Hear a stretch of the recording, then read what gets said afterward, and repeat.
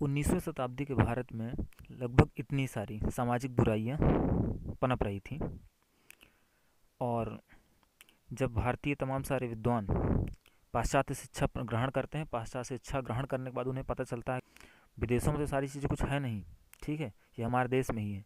इस बात का उन्होंने विरोध किया और विरोध जब किया तो सरकार ने, अंग्रेज़ सरकार ने भी उनकी बातों को स्वीकार किया और तमाम सारे अधिनियम बना करके इन सारी चीज़ों को धीरे धीरे करके प्रतिबंधित करती गई। हालांकि भारतीय लोगों को जो अशिक्षित थे उन्हें इस बात की खुशी नहीं हुई, उन्हें बुरा लगा कि हमारे धर्म में ये लोग क्या करना चाह रहे हैं, मतलब परिवर्तन कर रहे हैं और हस्तक्षेप कर रहे हैं, तो इसका उन्हें बुरा भी लगा और इसके परिणाम स्वरूप 1857 के विद्रोह में कुछ प्रॉब्लम भी ये लोग क्रिएट करेंगे। तो चलिए इन सारी समस्याओं को एक एक करके देखते हैं क्या क्या प्रॉब्लम्स हैं। पहले नंबर पर सती प्रथा की बात करते हैं। सती प्रथा क्या है? सती प्रथा में क्या होगा, किसी भी व्यक्ति की मृत्यु होगी तो व्यक्ति की मृत्यु के पश्चात उसकी पत्नी को उसकी चिता के साथ ही जला दिया जाएगा और पत्नी जो है स्वेच्छा। ऐसा क्यों किया जा रहा है? ऐसा इसलिए किया जा रहा है क्योंकि इस महिला को लालच दिया गया है। महिला को लालच ये दिया गया है कि आप अगर अपने पति के साथ सती हो जाओगे, उनके साथ आप जल जाओगे, आपके पति को स्वर्ग की प्राप्ति होगी, और अगर आप नहीं जलोगे तो आपके पति को मतलब नरक मिलेगा। ये तमाम सारी चीज़ें थी। देखिए ये उंगली उठाए हुए हैं, ये उनको कह रहे हैं कि आपको इस तरह करना होगा, तलवार लिए खड़े हैं सारे लोग। तो हालांकि इसमें दिक्कत भी होगी उसको बैठने में, लेकिन फिर भी वो पति के लिए इतना कुछ कर रही है। चलिए देखते हैं आगे क्या क्या होता है। बात करते हैं विलियम कैरी की। विलियम कैरी कलकत्ता में एक फोर्ट विलियम कॉलेज था 1800 के आसपास। उस फोर्ट विलियम कॉलेज में कार्यरत थे और एक ईसाई मिशनरी थे। इन्होंने एक स्टेटमेंट दिया है, एक बात कही है 1803 में। इन्होंने बताया कि 1803 में जबकि कलकत्ता में सती प्रथा का प्रतिबंधित कर दिया गया था, फिर भी एक साल के अंदर ही कलकत्ता के बाहर यानी कलकत्ता के आसपास 48 किलोमीटर के दायरे के भीतर इन्होंने 438 घटनाओं का वर्णन किया है।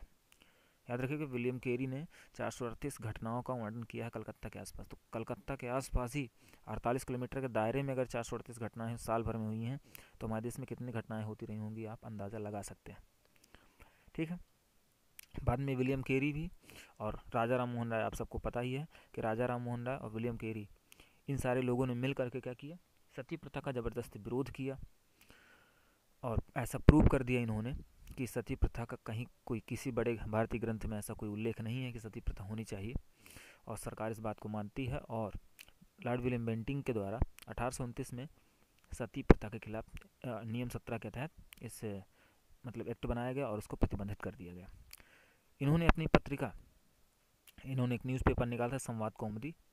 संवाद कौमुदी के माध्यम से लोगों को जागरूक किया कि सती प्रथा क्या है, गलत चीज़ है, इसका हमें विरोध करना चाहिए। तो इस तरह सती प्रथा का समाप्त हो जाती है। अगला हमारा जो दूसरा है सामाजिक बुराई, विधवा पुनर्विवाह नहीं जो हो रहा था, ये एक सोशल इविल थी। विधवाएं हो जाती थी, किसी भी लड़की की के हस्बैंड की डेथ हो जाती थी कम ही उम्र में, तो बाद में वो आजीवन ही कुंवारी रह जाती थी, जैसे आप देख लीजिए। और उनके साथ जो भेदभाव इतना ज़्यादा होता था, आजीवन विवाहित रहने तो ठीक है जो भी है, लेकिन उनके साथ जो भेदभाव होता था, मतलब जानवरों की तरह उनसे भेदभाव किया जाता था, उनसे बहुत बुरा उनके साथ व्यवहार या बर्ताव किया जा सकता है। इन दादी की तस्वीर देख करके आप इस बात का अंदाज़ा लगा सकते हो। जैसे देख लीजिए, गंगा कह रही है कि आओ चलो फिरंगी उड़ाते हैं, तो सागर कहता नहीं तुम फिरंगी उड़ेंगे मुझसे न उड़ाओ, तो मुझसे दूर रहो, नहीं मुझे भी लोग उड़ा देंगे। यानी इससे आप समझ सकते हैं कि लोग क्या हैं, दूर भागते थे। ये तो मजाक की बात हो गई, लेकिन विधवाओं से बहुत दूर रहते थे लोग, ठीक है, और उनसे लोगों को दूर रखा जाता था। विधवा पुनर्विवाह के लिए सबसे पहला प्रयास, तस्वीर आप देख रहे हैं, ईश्वरचंद्र विद्यासागर ने किया था, और इनके इस प्रयास के परिणाम स्वरूप लॉर्ड कैनिंग 1856 में क्या करता है, विधवा पुनर्विवाह अधिनियम पारित करता है और विधवा के पुनर्विवाह करने के लिए उनको मतलब परमिशन देता है। ठीक है, इसके अलावा भी इन्होंने तमाम सारे काम किए हैं। संस्कृत के प्रकांड विद्वान हैं, संस्कृत इनको बहुत आती है, ठीक है, लेकिन साथ ही साथ पाश्चात्य विचारों से भी काफ़ी ज़्यादा प्रभावित हैं। इन्होंने संस्कृत पढ़ाने के तमाम नवीन पद्धतियों को जन्म दिया, उनके बारे में रिसर्च की, और साथ ही बांग्ला जो वर्णमाला है, बांग्ला का जो काखा गाघा है, उसको इन्होंने ही लिखा था। ये बहुत इंपॉर्टेंट चीज़ है। बालिकाओं के लिए इन्होंने बहुत सारे स्कूल खोले थे। सारे फैक्ट आपके तैयार हो गए, स्टेटमेंट दे करके आपसे पूछे जा सकते हैं। आगे चलते हैं। विष्णु परशुराम शास्त्री, जिस तरह से अभी आपने पीछे जाना है, इन्होंने आपके कलकत्ता में विधवा पुनर्विवाह को लेकर काम किया है, उसी तरह से महाराष्ट्र में विधवा पुनर्विवाह को लेकर जो काम किया है वो किसने किया है? विष्णु परशुराम शास्त्री ने किया है। इन्होंने विधवा विवाह समाज नामक संस्था की स्थापना की और अपने इस काम को आगे बढ़ाया। ठीक है, प्रश्न पूछा जा चुका है कि महाराष्ट्र में विधवा पुनर्विवाह हेतु अभियान का नेतृत्व किसने किया था? तो आपको बताना है विष्णु परशुराम शास्त्री ने किया था। एक नेक्स्ट व्यक्ति हैं, अगले व्यक्ति हैं प्रोफेसर धोंदो केशव कर्वे। इनके बारे में हम आप पीछे पढ़ चुके हैं। इन्होंने विडो होम की स्थापना की थी 1899 में पुणे में। ठीक है, पूना में, देख रहे हैं महाराष्ट्र में इससे संबंधित दूसरे व्यक्ति हैं। पूना में इन्होंने विडो होम की स्थापना की और वहाँ पर विधवाओं के लिए काम कर रहे हैं। इनके कार्यों को देखते हुए इनको देश जब आज़ाद हो जाएगा 1955 में पद्म विभूषण, 1958 में इनको भारत रत्न प्रदान किया जाएगा। आपको पहले ही बताया जा चुका है कि इन्होंने एक बहुत इंपॉर्टेंट वर्क किया था महिलाओं के लिए। प्रथम महिला विश्वविद्यालय की इन्होंने स्थापना की थी। अगले व्यक्ति हैं, तो दो व्यक्ति आपके महाराष्ट्र में हो गए और स्टार्टिंग वाले व्यक्ति आपके कोलकाता में हो गए थे। तीसरे व्यक्ति के बारे में बात करते हैं, तो ये गुजरात से संबंधित हैं। इनकी लोकेशन पूछी जा चुकी है। करसोनदास मल जी ने इस काम को विधवाओं से के पुनर्विवाह को लेकर के काम किया था गुजरात में, और इन्होंने सत्य प्रकाश नामक पत्रिका का संपादन किया। इस पत्रिका के माध्यम से इन्होंने विधवा पुनर्विवाह का समर्थन किया था। तो एक व्यक्ति आपके गुजरात के हो गए, रिवाइज करते रहिए दिमाग में। एक आपके कलकत्ता में थे, दो लोगों को मैंने आपको बताया महाराष्ट्र में, तीसरे और ये चौथे व्यक्ति हैं जो गुजरात से संबंधित हैं। अगले व्यक्ति के बारे में बात करते हैं, ये भी महाराष्ट्र से संबंधित हैं, बाल शास्त्री जाम्बेकर। इन्होंने दर्पण नामक समाचार पत्र का प्रकाशन किया और इस पत्रिका के माध्यम से लोगों को विधवा पुनर्विवाह के लिए प्रेरित किया। ठीक है, नेक्स्ट अगले व्यक्ति हैं छठवें, जो अंतिम है शायद, वीरेशलिंगम पुंतलू। मद्रास में इन्होंने काम किया, ध्यान रखिए, वीरेशलिंगम पुंतलू ने मद्रास में काम किया है। किस काम को लेकर के? विधवा पुनर्विवाह को लेकर के। आपको पीछे बता हम चुके हैं कि इसी वजह से इनको दक्षिण भारत का ईश्वरचंद विद्यासागर कहा जाएगा। ठीक है, इनके कामों को लेकर इनको दक्षिण भारत का ईश्वरचंद विद्यासागर कहा जाएगा। तो आपको सारी लोकेशन, सब कौन कौन से लोग कहाँ कहाँ पर काम कर रहे हैं, किस किस एरिया में काम कर रहे हैं, इसको बहुत ध्यान से देखना है। तो वीरेशलिंगम पुंतलू के बारे में हो गया।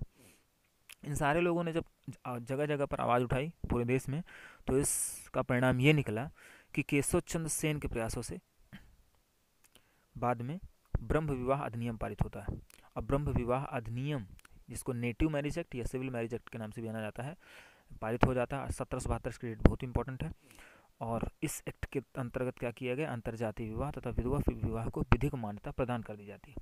अंतर्जातीय विवाह का मतलब एक जाति से दूसरी जाति में विवाह करना वैलिड हो गया, और विधवाओं का दोबारा विवाह करना वैलिड हो गया। ठीक है, तो देखिए इस बात से अब सागर भी खुश हो गया और गंगा भी खुश हो गई है। सागर कहता है अब ठीक है, अब ये एक्ट पारित हो गया, मुझे कोई प्रॉब्लम नहीं, अब तुम आ सकती हो, मुस्कुरा सकती हो। ठीक है, तो नेक्स्ट है बाल विवाह रोकने हेतु जो प्रयास किए गए हैं।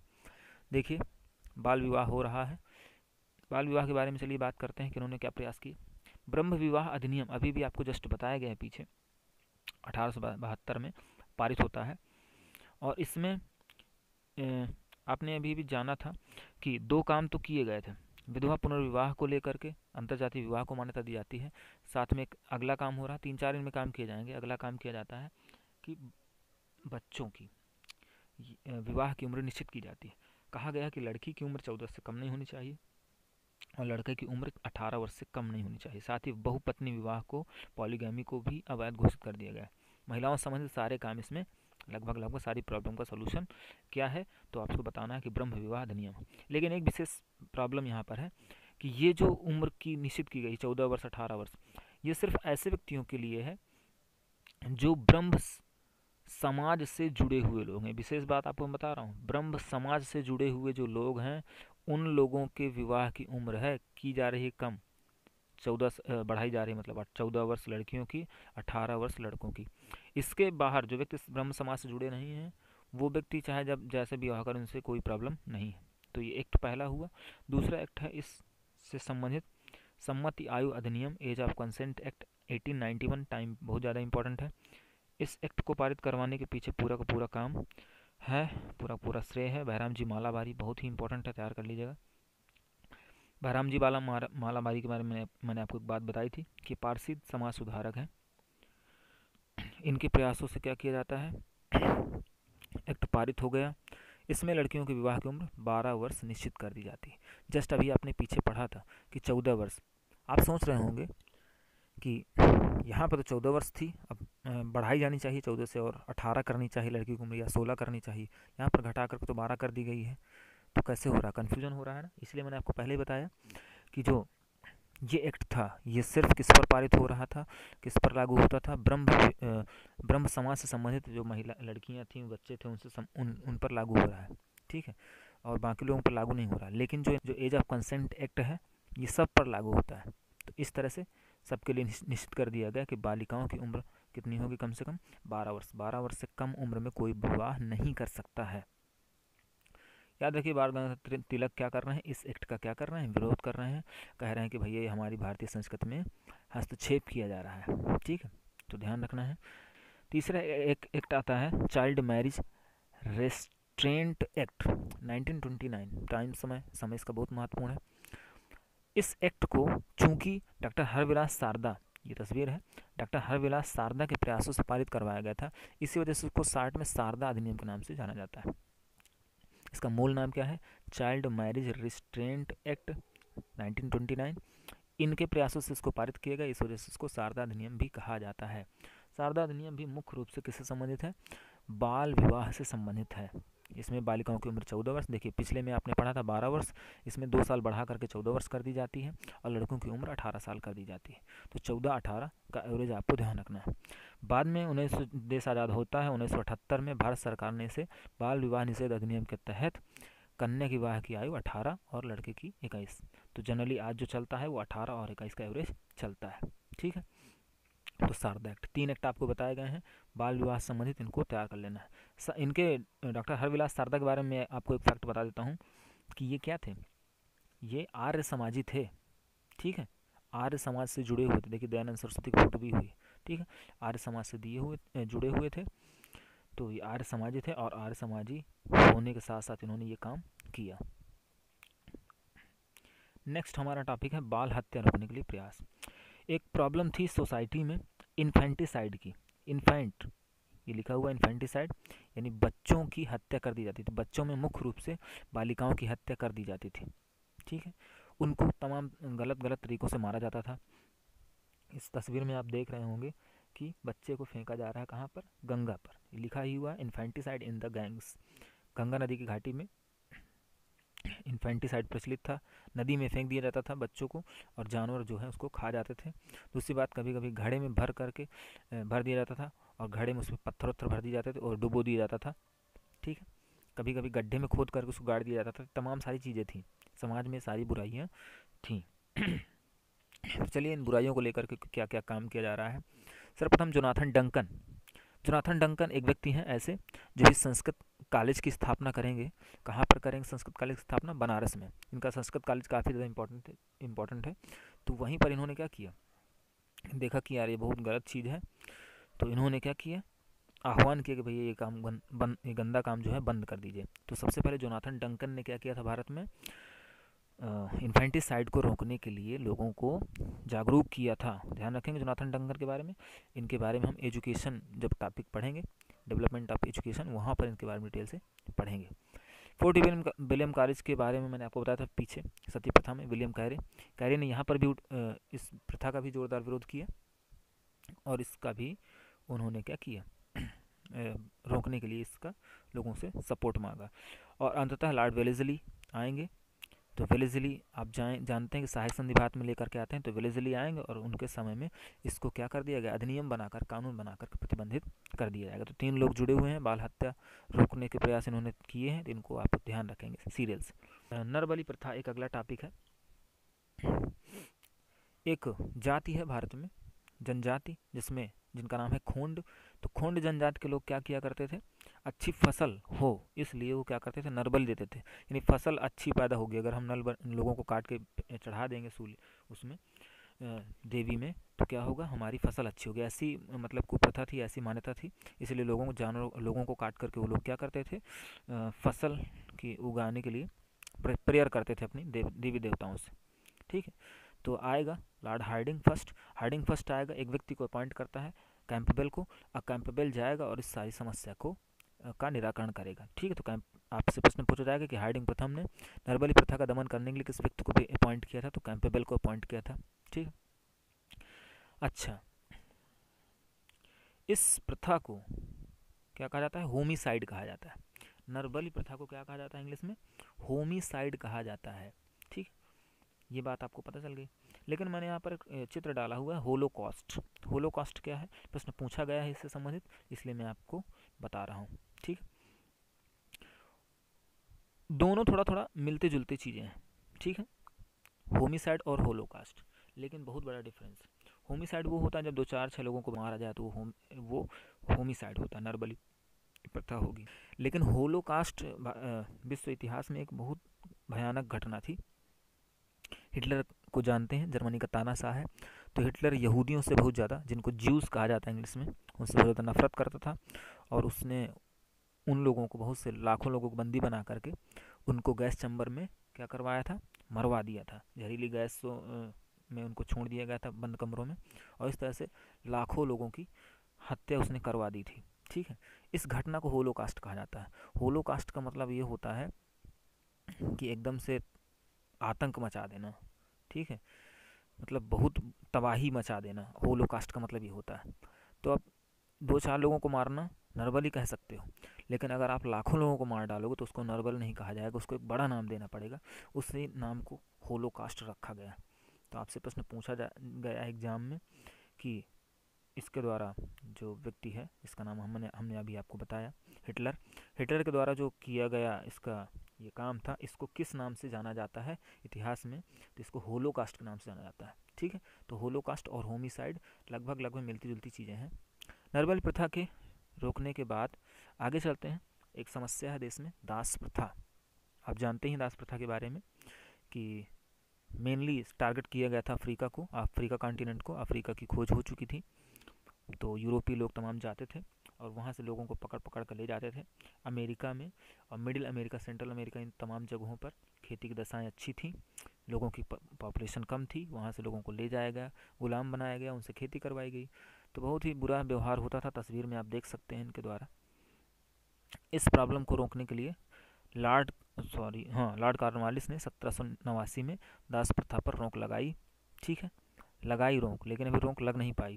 ठीक है, आगे चल करके 1833 में चार्टर एक्ट, 1833 का जो चार्टर एक्ट होगा, उस चार्टर एक्ट में प्रावधान कर दिया गया कि भैया आप क्या करिए, जाके दास प्रथा को समाप्त करिए। घोषणा तो की गई, लेकिन समाप्त नहीं किया गया, यहाँ पर काम नहीं किया गया। अगले 10 सालों में 1843 में एलन बरो जब यहाँ पर आएंगे, तो एलन बरो क्या करेंगे, नियम 5 के तहत इस प्रथा को प्रतिबंधित कर देंगे। एलन बरो वही व्यक्ति हैं जिनके समय में सिंध का विलय होता है। सिंध के विलय की घटना काफ़ी ज़्यादा इंपॉर्टेंट है, याद रखिएगा। ठीक है, तो इस तरह से ये 3 व्यक्ति हैं जिन्होंने दास प्रथा का उन्मूलन कर दिया। एक अगला प्रॉब्लम है सोसाइटी में ठगी प्रथा। ठगी प्रथा पता ही होगी आपको, फिल्म के बारे में आपने सुना ही होगा, ठग्स ऑफ हिंदुस्तान।